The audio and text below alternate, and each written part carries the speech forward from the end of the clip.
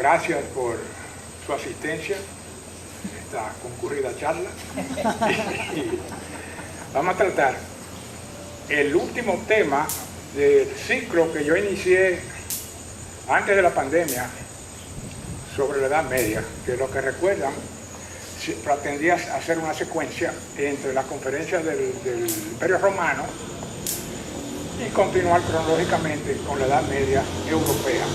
Entonces, la Edad Media comprende, es casi cronométrico, los 1000 años prácticamente. Si tomamos la fecha tradicional, que es la caída del Imperio Romano de Occidente en el 476, dura aproximadamente, en influencia y cultura, hasta 1470, 1480.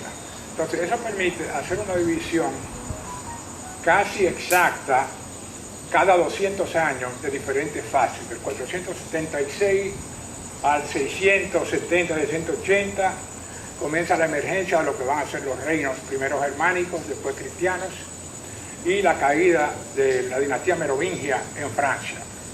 Del 675 al 880 entra ya las invasiones islámicas, la formación y desintegración del imperio de Carlomagno. Del 880 al 1080 viene otro periodo de fragmentación, pero ya se forman ahí las naciones que van a constituir la esencia de la historia europea, sobre todo Francia, con la monarquía fundada por los capetianos, y el Sacro Imperio Germánico en Alemania, que comprende en esos primeros siglos Italia también, y una parte de España era inmenso. Esa sigue hasta el 1080, el 1080 viene la era de las cruzadas, con el apogeo de la Edad Media en el siglo XII, siglo XIII. Y esta que vamos a tratar aquí es el siglo XIV, el siglo XV, 1300, 1400. El 1300 viene a ser un equivalente exacto al siglo que se llama el siglo de la crisis del Imperio Romano, que fue el siglo III de la era cristiana, donde hubo 60 emperadores en ese tiempo. Es cuando comienza ya la semilla de desintegración del imperio. Y aquí también se da un fenómeno similar, porque en el siglo XIV se inicia con lo que iba a ser el pilar de la Edad Media, y es la desintegración, separación de la Iglesia Católica, que se divide entre un papado en Roma y un papado en Aviñón, en Francia, por la intervención del rey de Francia, Felipe el Hermoso, que intenta captar la estructura de la Iglesia para Francia. Y con eso se ganó el oprobio eterno de Dante Alighieri, que no lo puede ver, y todo lo que sea francés, como se ve en la Divina Comedia. Entonces ahí comienza ese periodo final que va a significar el exterminio de la desaparición de la Edad Media, y comienza con ese fenómeno religioso de la escisión de la Iglesia Católica, que se va a quedar lo que llaman el cautiverio de Babilonia durante 80 años en Aviñón, pero después se van a continuar dividiendo, y en un momento dado en el siglo XV van a haber 3 papas al mismo tiempo. Entonces, si todo lo que era unidad se comienza a fragmentar, a haber una unidad de la lengua latina en todo el continente, entran las lenguas nacionales, las lenguas romances. Había una unidad política en los emperadores, comienzan los parlamentos y la comuna. El feudalismo comienza también a extinguirse. Entonces comienza ese fenómeno espiritual, pero viene también una catástrofe natural, que es el recrudecimiento, cambio climático. El tiempo se vuelve mucho más frío y húmedo en los primeros 40 años del siglo XIV, y se estropea prácticamente todas las cosechas y toda la colección de comida en Europa, y millones mueren en esa hambruna entre 1320 a 1340. A eso sigue la mayor catástrofe natural que ha afectado quizás a algún continente, que es la peste negra, que es el primer factor de los 3 que voy a tratar. La peste negra la llaman tanto plaga bubónica como peste negra, o muerte negra. En inglés es Black Death. La muerte negra, por uno de los efectos que causa, es que la gente literalmente se pone negra. Entonces tenía esa noción incluso desde la antigüedad. La plaga bubónica, en la antigüedad se desató una grandísima en Justiniano, en el siglo VI, que mató 10, 15 millones de personas, no, 100 millones de personas, entre Asia Menor y todo, y fue la causante de extinguir esa extensión del Imperio Romano que Justiniano intentaba hacer, porque dominaban África, dominaban Italia, pero esa plaga acabó demográficamente con el imperio y causó esa caída. Hubo una famosa en el imperio de Marcos Aurelio, en el segundo siglo de nuestra era, que también causó millones de muertos. Hay otra famosa en la guerra del Peloponeso, la plaga de Atenas, descrita maravillosamente por Tucídides en la historia del Peloponeso, donde mueren también, prácticamente extingue el imperio ateniense, incluyendo su principal víctima Pericles, ¿no? El gran hombre del Renacimiento griego, muere a causa de eso. Esto viene de la antigüedad. El término de peste negra es melainos thanatos, de la Ilíada, que lo llaman así, porque hay una escena fabulosa en el primer libro de la Ilíada, donde Apolo, el dios, ha sido ultrajado en su sacerdote y manda una plaga al campo griego afuera de Troya, nosos, la plaga en griego, lo manda, y ahí ya se ve una noción, porque Apolo es asociado con Minceo, que es ratón en griego. Entonces ya los antiguos veían una asociación entre el asunto de las ratas y de los ratones con este tipo de plaga. Y es una escena, si leen el libro en el mismo principio, es tremenda la descripción que hace Homero de eso. Pero la gran catástrofe es la que comienza en Europa en 1347, en Cafá, una fortaleza en la península de Crimea, en el Mar Negro. Está siendo rodeada, una colonia genovesa, está siendo rodeada por los mongoles. No logran romper las barreras y lo que hacen es que catapultan dentro de la ciudad cadáveres infectados con la peste que ya estaba siendo prominente en Asia Central. Y de ahí se expande, se pega inmediatamente a ellos. Entran los barcos, los genoveses salen hacia Bizancio, de Bizancio se infecta también, de Bizancio van a Messina, en Italia, y es que comienza la gran plaga que se expande por todas partes. Entonces, esa peste es causada por la purga, que se llama Yersinia pestis. Yersinia por quien la descubrió, Yersin, el investigador ruso. Y lo que hace es que se adhiere a la piel de las ratas, no es la rata que la causa, pero se adhiere a la piel de las ratas. Mata a la rata, y una vez que la mata, las pulgas salen sedientas buscando sangre y ahí comienzan a picar a los humanos. Es muy raro que sea la misma rata, es la piel donde se adapta. Pero esta bacteria se expande, dobla cada 2 horas, cuando en caso de epidemia. O sea que si tiene una, vamos a suponer una, al final del día son 12.000. Al segundo día ya son 4 millones. Y así va siguiendo, y cuando viene a ver, se expande por todas partes. Pero es causada por eso, y los síntomas son bien conocidos. Terrible, ¿no? Primero un sentimiento de asfixia, una sed que no podían soportar. Cuando entró en Europa, en París y en Londres, la gente se tiraban al Támesis y al Sena de la sed que le daba, y se ahogaban. Entonces comienza ese ataque con las 3 variedades que se han determinado. La bubónica, donde es el 60% de letalidad, que es la que más se conoce. Es lo que te salen los bubones, el sistema linfático produce una reacción, entonces te salen bubones aquí, en la ingle, aquí, abajo, aquí, y se van poniendo grandes y se van poniendo negros. Entonces, esa causó más o menos el 60%. La otra es la neumónica, con letalidad del 100%. Se pegaba igual que los virus de la gripe, por el aliento. Variante neumónica, pero no afectaba tanto como la bubónica. Pero al que afectaba, la letalidad era mucho mayor. Y la septicémica es 100% muerto. Te da y a las 3-4 horas está muerto. Porque el efecto que hace la purga es que absorbe el oxígeno en la sangre. Y como todos sabemos, contrario a lo que se cree, la sangre de todos nosotros son azul. Bueno, a mí ni me han dejado las penas azules ya eso se fue también. pero la sangre realmente es azul, de todo el mundo. Entonces ese asunto de aristocrático de sangre azul, eso todo el mundo es igual, pero cuando se pone en contacto con el aire, con oxígeno, se vuelve negra. Entonces la pulga, el bacilo, va sacando el oxígeno, y primero la gente se pone azul y finalmente viene la putrefacción, se volvían negras. Normalmente negras las manos, los pies, y ahí venía la muerte. Cuando tosían ya, comenzaban a toser, la muerte venía en 2 horas. Terrible eso. Entonces esas 3 fue lo que dieron, pero la que acabó más en Europa fue la bubónica y parte de la neumónica. Como digo, el primer brote fue en Crimea por las naves genovesas y venían en los barcos, porque las ratas se atraen mucho con los granos, entonces se metían e infectaban los granos también.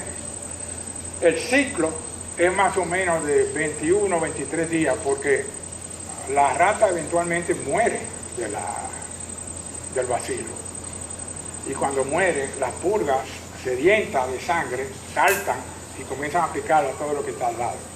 Entonces no necesariamente porque hay una rata va a causar eso, pero cuando mueren, de hecho ese era el síntoma en las grandes ciudades, cuando tú veías cientos de ratas muertas en la calle, significaba que había un brote de ratas. En la novela de Camus, La peste, que es en Argelia, comienza así, con un montón de ratas muertas en la calle, una premonición de lo que viene. Entonces se expandió de ahí, desde aquí que estaba Cufá, ¿no? Por aquí, entró por los barcos, primero a Constantinopla está para acá, y finalmente llega a Messina, en el estrecho, entre Sicilia y Italia, el sur de Italia, y de ahí se expande todo el año. A los 6 meses de eso llega a Marsella, de Marsella va a Valencia, y de Valencia se expande al norte, ahí en Cataluña, ataca Barcelona también, muy duro, y le va dando la vuelta con los barcos y entra a Inglaterra finalmente en 1348 por el puerto. Le voy a enseñar la placa que tienen ahí por donde entró. Normalmente la mortalidad en Venecia, sí, Florencia, Siena, Pisa, París y Londres mató a la mitad de la población en más o menos 2 años, ¿no? Mortandad. El cronista italiano Boccaccio tiene una gran descripción, el de Camerón, en algunos de los cuentos de las muertes, pero hay uno italiano, dice que los muertos eran tantos que los tiraban en las fosas y los apilaban como tú le pones a una lasaña pasta y queso para rellenarlo. Lo iban tirando porque no había tiempo para más nada y quemarlo, ¿no? Y así fueron muriendo. La devastación en Inglaterra fue tremenda, en Londres acabó también con la mitad, y ahí siguió, siempre por los barcos, se montaban en los barcos, la rata infectaba la cosa, y eso se expande con una velocidad famosa, ¿no? Es la rata negra, la que le gusta estar con la gente, la que convive con el hombre. Pues yo le conté a Renaud que una vez en Uganda se me metió una rata negra en la casa, y yo la vi de frente así, y esa es la visión más tremenda que yo he tenido en mi vida. Yo me quedé así, y ella haciéndome, y yo, si me salta me hubiera matado. Pero esa es la que hace. Después, en la tercera oleada de la plaga, que fue en el siglo XIX, en China y en Vietnam, que se expandió también por todas partes, llegó hasta Buenos Aires y mató 10 millones en la India. Ahí era ya la rata marrón, que es la que vive en la cuneta, entre la podredumbre y las cosas. La otra, la rata negra, le gusta estar en la casa, pero en casa de madera. Cuando comenzaron a urbanizar la ciudad de Europa con cemento, desapareció el hábitat natural y fueron disminuyendo. Y eso contribuyó a que no se diera tanto ciclo de peste. Pero la peste, después de esto, continuó siempre, todavía tiene, de vez en cuando. Lo que pasa es que ahora la tratan con antibióticos. Y la tasa de recuperación es bastante alta, pero es un asunto muy serio. Al que ataca esa bacteria hay que tratarlo inmediatamente. Entonces viene esa expansión así, y ahí subió de Inglaterra a los países nórdicos, entró por el Sound, por el canal ese que baja por la costa noruega y pasa al mar Báltico. Y ahí atacó finalmente Polonia y Rusia. O sea que Rusia, que fue donde comenzó la plaga, fue la última en ser afectada por él, ya en 1352, 1353. Las estadísticas más conservadoras indican 100 millones, 150 millones de muertos. Un 25% de la población europea, pero eso de 1348 a 1353. En el 1361 surgió otro brote en Europa y mató un 10-15% de la población. O sea que en ese sentido, la población solamente volvió a nivel de 1300 en 1510, 1520. Causó un declive extraordinario con cambios importantísimos sociales y económicos. Transformó no solamente la estructura social y económica de Europa, sino que transformó la mentalidad. Porque tú tienes este cataclismo que tú no sabes de dónde viene, y la gente buscó por causas, escudriñando la naturaleza y buscando causas metafísicas, sobrenaturales, exacerbó el problema de la teodicea en filosofía, muy importante eso. ¿Por qué un Dios bueno causa estas calamidades contra gente inocente?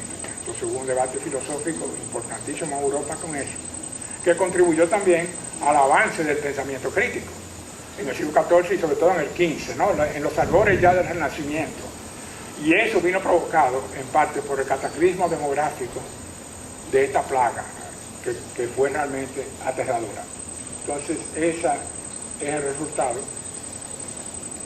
de la plaga. Y influyó muchísimo en el arte, y aquí por si alguna, la famosa danza macabra, ¿no? La muerte que te acompaña en todo momento. O sea, tú vivías en un clima realmente sobrenatural todo el tiempo, porque era un umbral entre la vida y la muerte en una cuestión de horas o de días. Entonces el arte quedó muy influido por eso. La peste en Florencia, ese según el de Camerón, pues, con la pila de cadáveres, y el cura arriba implorando la intervención divina que no llegaba. Entonces, claro, en vez de llevar a una condición de escepticismo, que lo hubo en alguna parte, lo que hubo fue un clima de desesperación y de ¿cómo te puedo decir? No remordimiento, sino de resentimiento por este asunto de que Dios parecía no intervenir en el destino. Está en Florencia, eso es inspirado en el de Camerón, uno de los cuentos, uno de los días, el sexto o séptimo día, que es una lectura que yo recomiendo. La peste en el Placcio Mercato en Nápoles en el 348 también mató la mitad de la población. Londres mató la mitad de la población. Ahí viene tú, los bubos, aquí están, cómo se ponía la gente. Pero ya cuando estaba ahí, no podía ni pararse. Era realmente un flagelo. Pero esta en Londres también mató la mitad de la población. La gran fosa donde tiraban en Londres, uno arriba de otro, pero hubo muchas así. En Londres murieron más de 100.000 personas, que una población de menos de 200.000 fue realmente diezmado.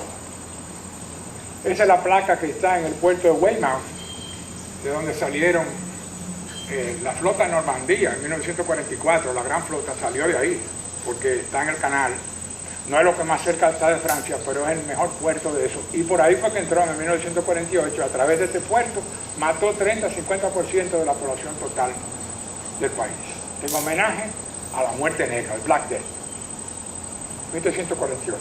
Como digo, después volvió, y uno de los grandes documentos de la plaga de todos los tiempos es la que volvió en el siglo XVII en Londres, la plaga de Londres, descrita por Daniel Defoe, el que escribió Robinson Crusoe. Año de la plaga en Londres. Magnífico relato, casi periodístico, que hizo Defoe de esa plaga, que también acabó en el siglo XVII. Porque volvía revolvente. Por alguna razón, con el tiempo frío desaparecía en invierno y volvía ya entrando la primavera, ahí volvía otra vez. Tiene que ser por el movimiento de la rata. Pero tenía un ciclo particular, la rata. Esta es el triunfo de la muerte de Brugger, que está en el Museo del Prado. Y si lo ven detenidamente, o si lo ven en una lámina en algún libro, hay legiones de cadáveres, de calaveras por todas partes. Esto aquí es una legión de calaveras, cuadro extraordinario, que produce un efecto que no se olvida cuando uno lo ve en el Prado. El triunfo de la muerte, de Bruegel el Viejo.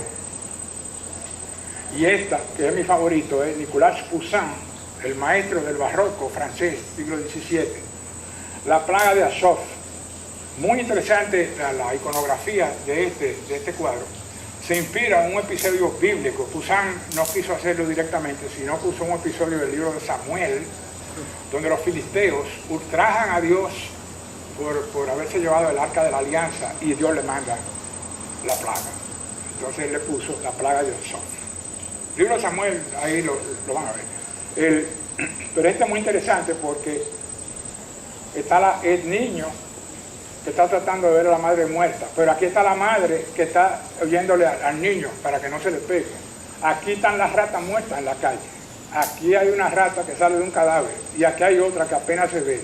Entonces es un estudio de los síntomas y de los efectos de la plaga, porque en ese momento, a causa de la guerra de los 30 años, 1630 a 1640, se desató una plaga en Europa, que duró 20 años, porque los ejércitos la llevaban. Como cubrió a todo el mundo, comenzó en el norte de Italia y se expandió en toda Alemania. Fue realmente la gran cantidad de muertos en Alemania fue en esa del siglo XVII y no en la del siglo XIV, donde por alguna razón no entró tanto en territorio alemán. Entró en Viena, pero no entró al Sacro Imperio Germánico. Entonces ese lo pueden ver en el Louvre, donde están casi todas las de Poussin. Pero Poussin es extraordinario. Entonces estas fueron algunas de las consecuencias que ya he mencionado. Las guerras tuvieron que suspenderse, como la que voy a tratar ahora, la guerra de los 100 años, hubo que pararla, por la mortandad que había entre Francia e Inglaterra. Drástica reducción de la tierra arable, porque se murieron los labriegos. Entonces eso forzó a los inversionistas a introducir una economía monetaria, ya no la economía de servicio feudal. Eso se fue con la plaga. Entonces viene la economía mercantil y la sociedad económica y financieramente avanzó, pero fue por la disminución total de labriegos. Dejaron de estar en el campo y vinieron todos a la ciudad, los que sobrevivieron. Escasez de mano de obra, los trabajos pago monetario. Y al romperse la estructura feudal de servicios a cambio de seguridad, los varones feudales también van a ser extinguidos y la monarquía finalmente va a imponer su sistema sobre los varones feudales, que no era el caso hasta el siglo XIV. Los feudales se reunían y le imponían su voluntad al rey. En España en la Reconquista tuvieron 200 años peleando porque no reconocían a la dinastía en Castilla sobre todo. Crecimiento artesano profesional libre también, por la fluidez en la estratificación social.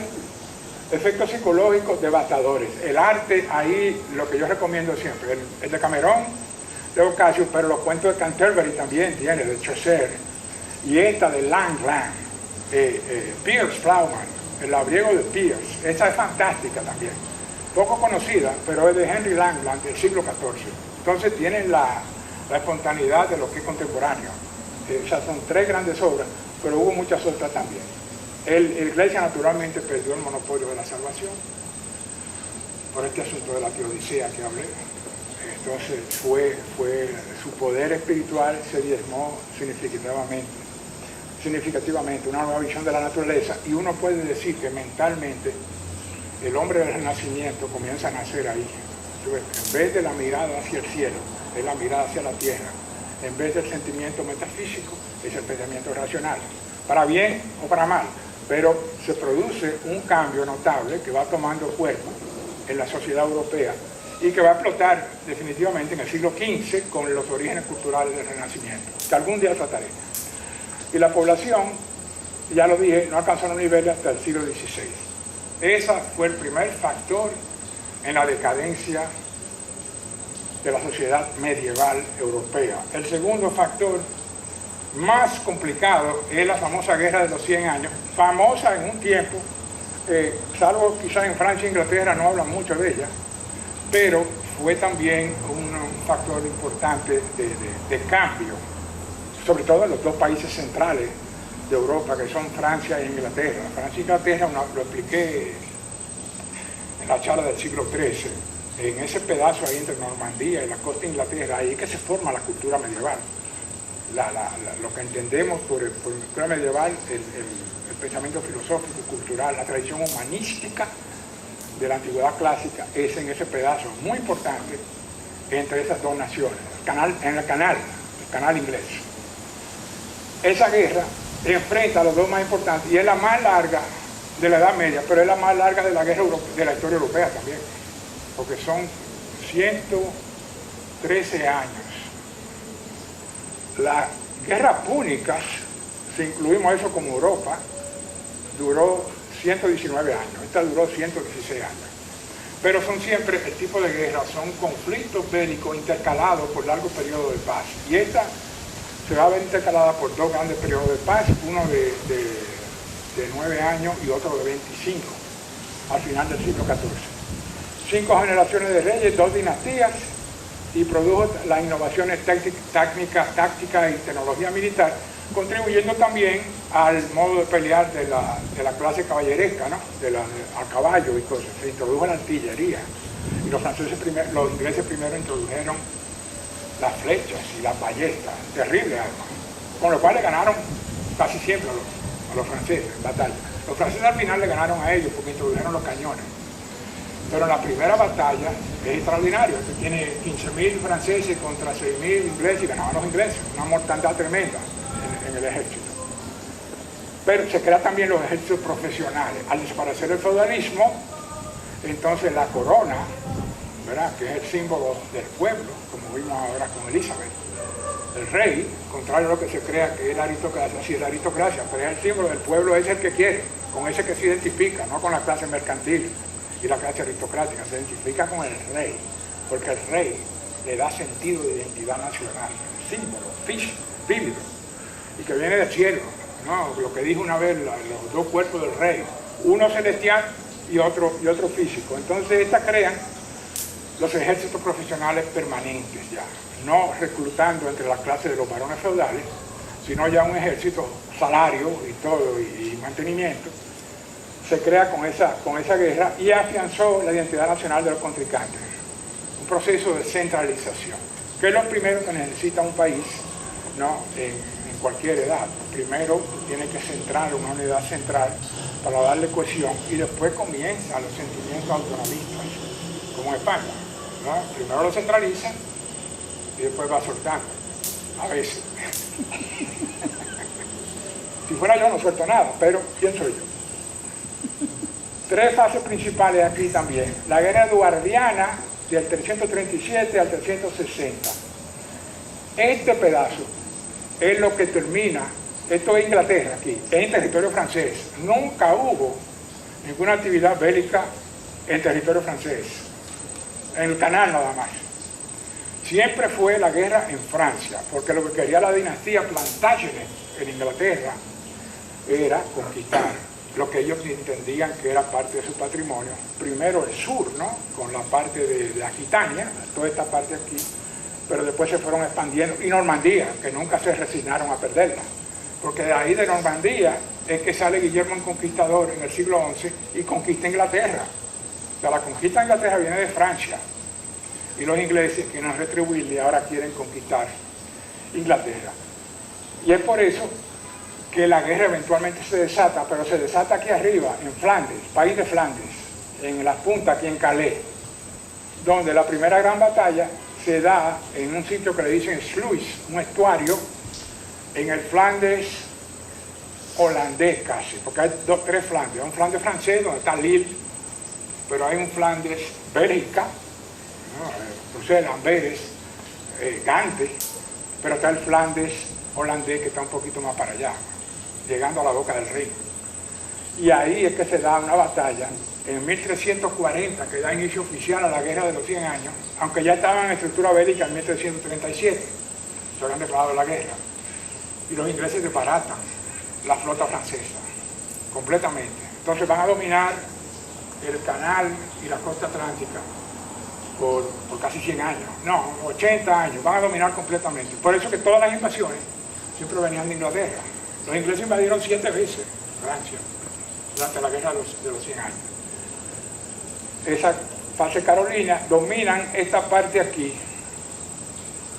Ahí se da la gran batalla, la primera gran derrota en Crecy, llegando a Calais, en el norte. Viene el punto de táctica militar entre Francia e Inglaterra. 6.000 soldados ingleses, 12.000, 14.000 franceses.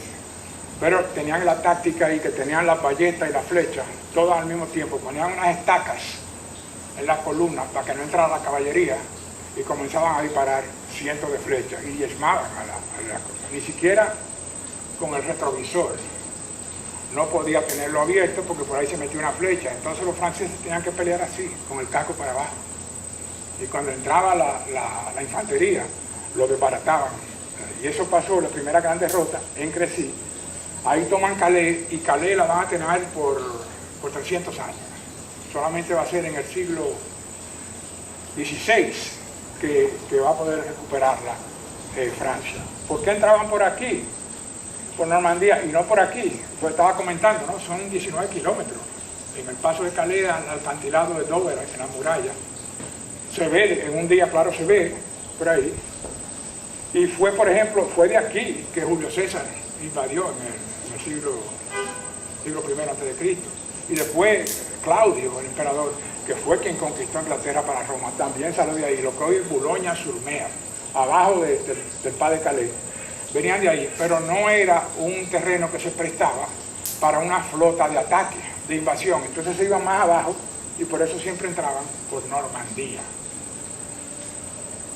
La guerra esta aquí, y esta se va a decidir. Hay otra gran batalla en Poitiers, en el centro de Francia, en 1356, otra inmensa derrota para el ejército francés, liderado los ingleses por el Black Prince, el príncipe negro, el hijo del rey inglés, que era tremendo soldado, y vuelve y le inflige tremenda derrota, y terminan dominando toda esta parte, un trozo bastante grande de toda esta parte. Aquitania es apenas aquí es Santon, Pointu, y una parte aquí también de Languedoc.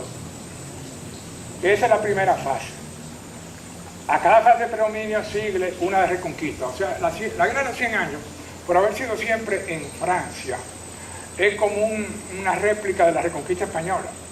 Menos tiempo, pero siempre los ingleses tomaban esto y los ingleses la reconquistaban. Dos grandes fases, ¿no? La primera gran fase va a ser en la Guerra Carolina, de 1379 al 1389. Carolina se le llama por el nombre en latín, Carolo, de Charles, Carlos V de Francia. Le ponen eran los términos en latín. Carolina del Norte, Carolina del Sur, es por Charles I de Inglaterra. Y le ponían los nombres en latín. Entonces se da esa segunda fase donde los franceses se ve un poco alterado, pero es así. Que había que ver la fragmentación que había en Francia. Porque Bretaña, el Bretón, país bretón, era un reinado independiente de la corona. Arriba tiene en Calais los ingleses. Aquí en Anjou son relativamente independientes también. O sea que la corona realmente lo que dominaba era esto, el Dauphiné y la Provencia, el Languedoc. Aquí. Pero Provencia también era parte del Imperio Germánico. Esta parte aquí es los bretones, esta parte la va a captar los ingleses y esta parte también lo tenían los ingleses. Entonces los franceses desarrollan una estrategia de evitar el contacto militar directo con el gran líder Bertrand de Quetelan, bretón. Y él es que libera, por ejemplo, Poitiers, pero decidieron, bueno, vamos a no darle batalla de frente. Si no vienen aquí, nosotros no corremos. Y lo fueron agotando así poco a poco.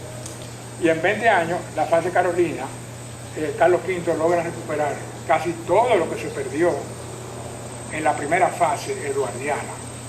Y en la tercera fase, voy rápido porque son muchas cosas, en la tercera fase viene la debacle. En 1389 se da un periodo relativo de paz, 25 años. El rey Carlos VI, por alguna razón, está en un campo militar cae una lanza sobre un metal y hace un ruido tremendo. Y el rey se alocó y más nunca volvió a recuperar la razón en 25 años. Le roi fou, le decían, el rey loco. Pasó algo. Buenas noches. Permiso, ahora aprovecho.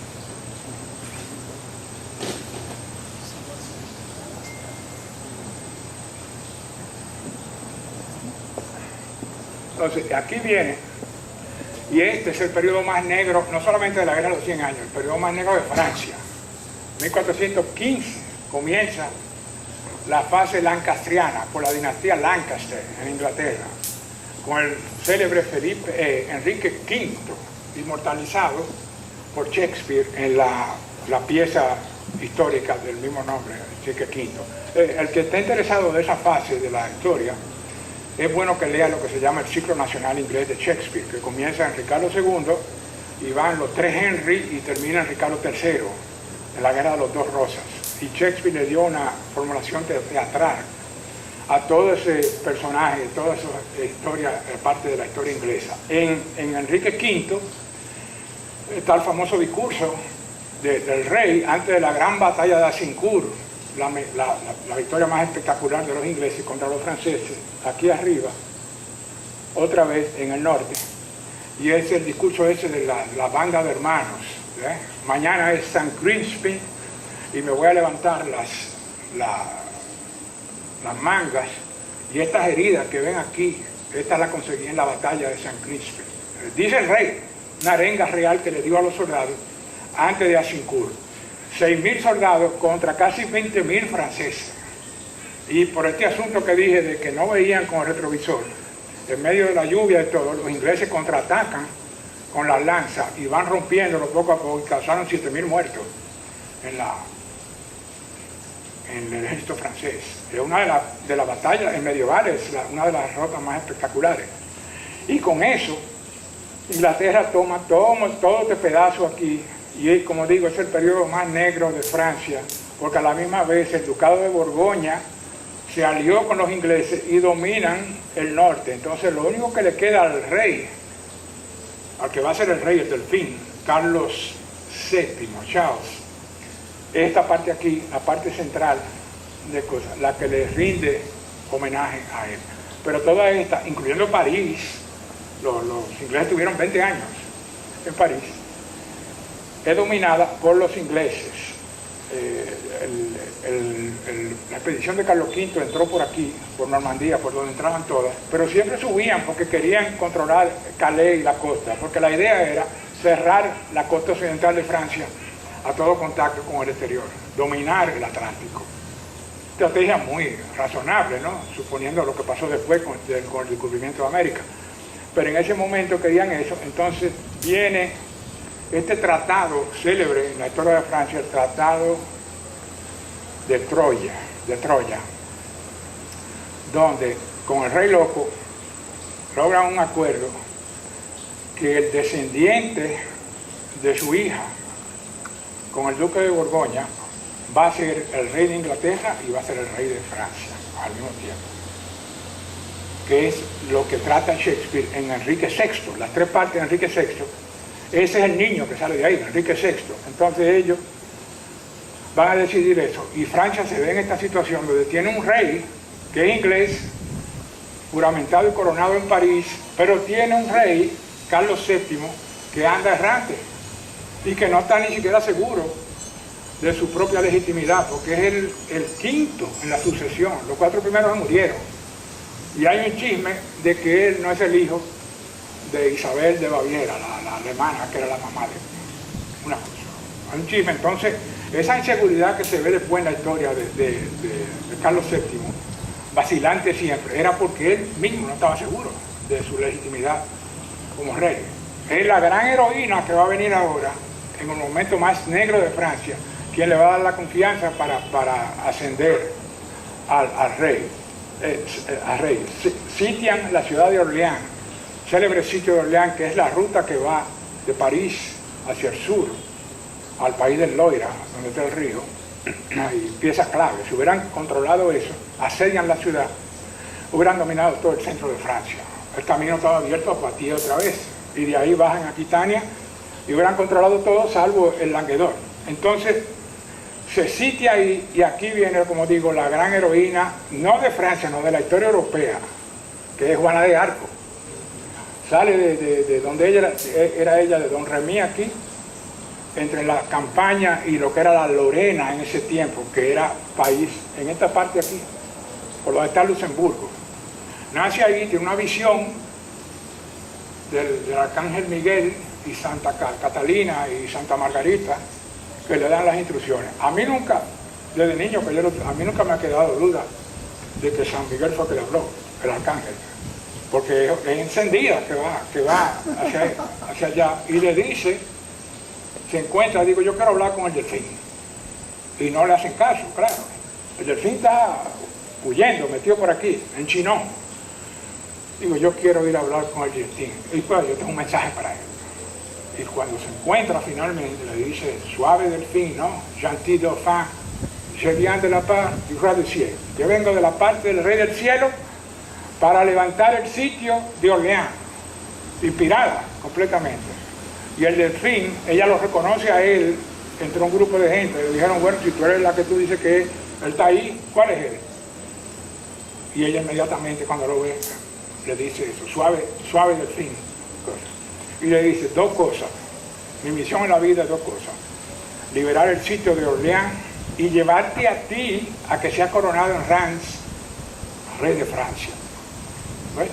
Porque que te rompieron. Francia está no solamente sumido, Francia está a punto de desaparecer porque te quitan el símbolo. Es como si a los ingleses le quitaran a Isabel. Te dejan sin rey. Si te dejan sin rey es como si no tuviera nada. A la gente andaba desorientada y perdida en los pueblos de Francia. Y ella comprende eso intuitivamente, y porque tiene el mensaje de San Miguel. Y liberan Orleans y después se lo lleva y lo corona ahí en Reims. Y ahí la ofensiva francesa comienza desde 1430 y ya la última fase hasta el final, 1453, es una serie de victorias francesas una tras de otra. La suerte que le mandó la divinidad se acaba en el momento en que corona al rey aquí, porque ahí ella trata de capturar París y fracasa, y en un ataque a Compiègne aquí en la campaña, ahí la cogen prisionera a los borgoñeses, y en vez de dársela a los franceses se la venden a los ingleses, se la venden en 10.000 libras.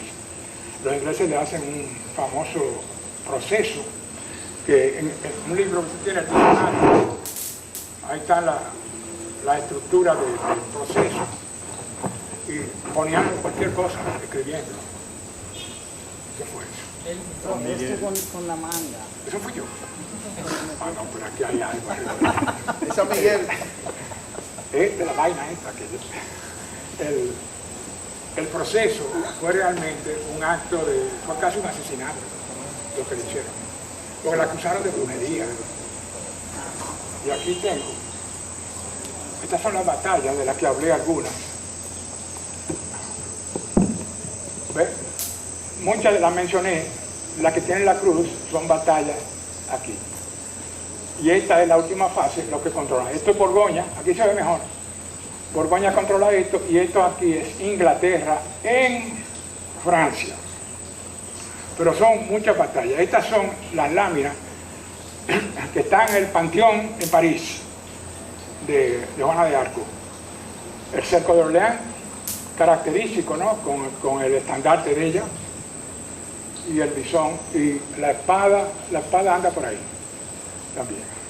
Pero esa la imagen que se tiene de ella, mayormente, la mayoría de las veces a caballo, porque en el cerco de Orleans le dieron un flechazo aquí, una cosa, y ella misma se arrancó la flecha, y si tú te quitas la flecha es peligrosísimo, te puede desangrar, pero al 24 horas se recuperó y estaba otra vez ahí, y ahí le dieron un tablazo con una gárgola de esa, de hierro, en el casco. También sobrevivió. Al que le daban eso con un casco, el cerebro se te movía 10 veces adentro. También sobrevivió en el cerco de Orleans. Aquí cuando lleva la coronación en Reims, ¿no? El rito tradicional de coronación, muy importante para ella. A partir de ahí, ya su misión tenía que haberlo dejado ahí, en mi modo de ver, porque ya eso era la que tenía. Eso es lo que necesitaba Francia, la coronación del rey. Porque los ingleses tuvieron esta terrible idea de tener dos reyes al mismo tiempo, y el legítimo es el rey de Inglaterra. Entonces eso no tiene ninguna solución. Ese conflicto duró tanto, y puede durar 500 y 1000 años, porque después siguió. Lo que pasa es que siguió en la colonia. La última gran guerra, conflicto entre Inglaterra y Francia, fue en Haití. Porque cuando hubo la revolución haitiana, los ingleses en Jamaica inmediatamente mandaron el ejército y ocuparon Puerto Príncipe durante toda la revolución. Lo mismo que hicieron en la guerra de independencia americana. Ocuparon New York los 8 años de la guerra. Ahí no entró nadie. Los americanos captaron Boston, pero Nueva York nunca. Entonces tenían esa cosa ahí, pero hay un motivo fundamental: la sensibilidad, la visión del mundo del francés y del inglés es diferente. Y nunca se van a entender para uno someterse al otro. Entonces era un estado perpetuo de guerra hasta que los ingleses salieran de Francia. Ese es el motivo, el sustrato fundamental es ese, que hay una diferencia cultural y una sensibilidad completamente diferente, como aquí con Haití, una sensibilidad diferente, y tuvo un francés al lado del inglés, inmediatamente tú sientes instintivamente que hay una diferencia, como lo ve entre un francés y un alemán. Entonces ese aspecto, ¿no?, de la nacionalidad no se puede obviar, y cuando más se exacerba es en tiempos bélicos y más de ocupación militar. Y esta es la última, la muerte en la hoguera, cuando le dan a besar la cruz que ella pidió antes de ser quemada viva. Los ingleses nunca serán perdonados, ni en este mundo ni en el próximo, por ese asesinato. Porque eso fue un asesinato, un proceso acusada de brujería. Y una de las acusaciones de brujería es que ella se vestía de hombre. Entonces era considerado un delito capital. Pero para eso no hay perdón, porque mataron una santa. Eso a mí no me cabe la menor duda. Y contradictoriamente o irónicamente, la Iglesia Católica se tomó su tiempo para canonizarla, y en santo fue en 1920 que la canonizaron. Cuando tú tienes a San Luis, que fue un gran rey, que murió en 1870, y en 1895 el Papa lo canonizó. Tanto así que está en la Divina Comedia de Dante, en el paraíso. Pero con Juana de Arco esperaron 600 años, 500 años.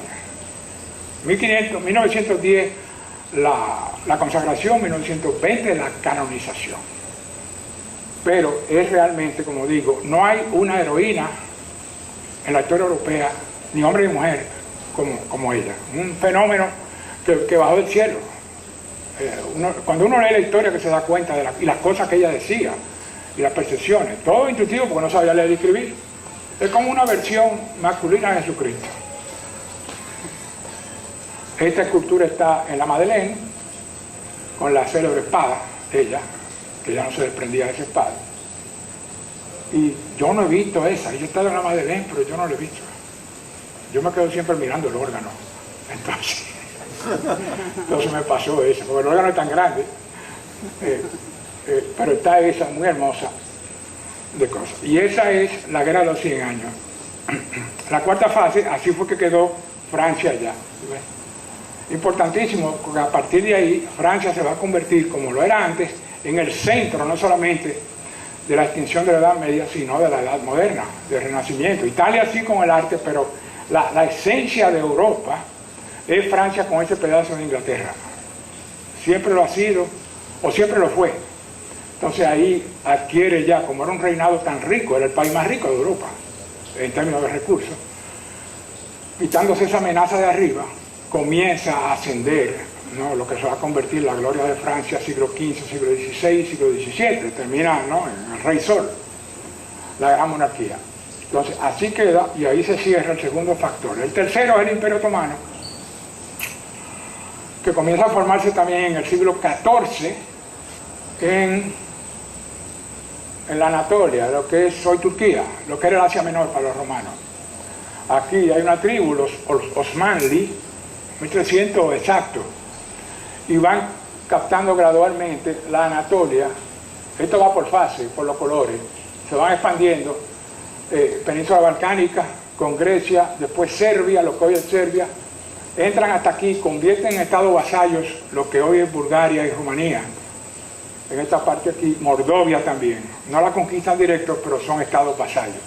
Entonces hacen una estrategia de captar y se van a convertir en el siglo XVI, siglo XVII, en el mayor peligro militar que ha tenido Europa antes de las guerras mundiales, porque van a atacar por la planicie de Hungría, van a atacar y van a sitiar 2 veces Viena, el imperio Habsburgo, otomano, austríaco, ciudad que va a ser salvada 2 veces por el tercio español, por el ejército español, tanto en 1529 como en 1683, que fue el último asedio.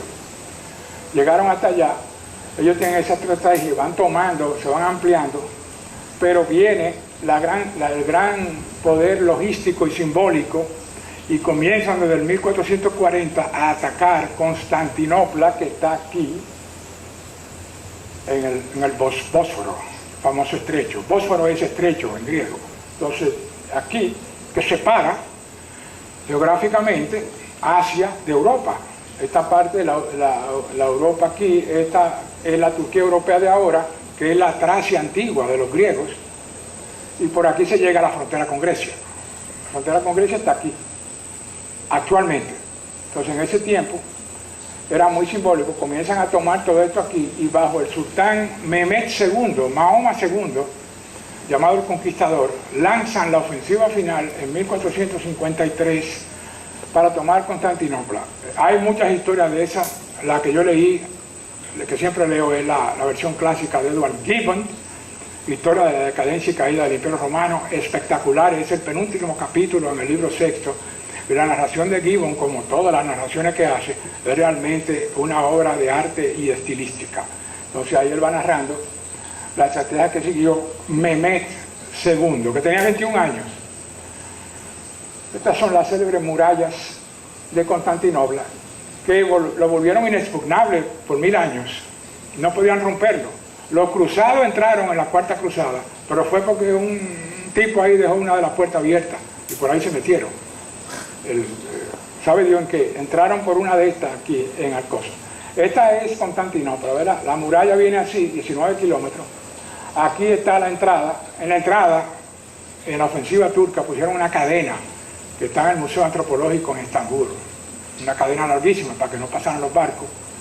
Y aquí está el famoso Cuerno de Oro, de Golden Horn, que es la entrada del mar de Marmara y del mar del Bósforo. Se mete hasta aquí, hasta entre Galata, la península de Galata, y Constantinopla, ¿verdad? Por eso le ponen a San Francisco el Golden Gate, ¿no? Hay varios así. El Golden Gate es lo mismo, es una bahía que se mete así por la ciudad de San Francisco y viene del Pacífico. Entonces, y le pusieron Golden Gate por el Golden Horn, el cuerno de oro. Lo tiene la forma de un cuerno. Entonces, comenzaron los ataques aquí.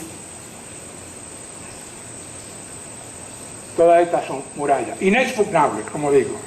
Y además, los bizantinos tenían un arma letal que era el fuego griego, que lo tiraban en el agua, incendiaba los barcos y no se apagaba con el agua. Si le echaba agua, incendiaba más.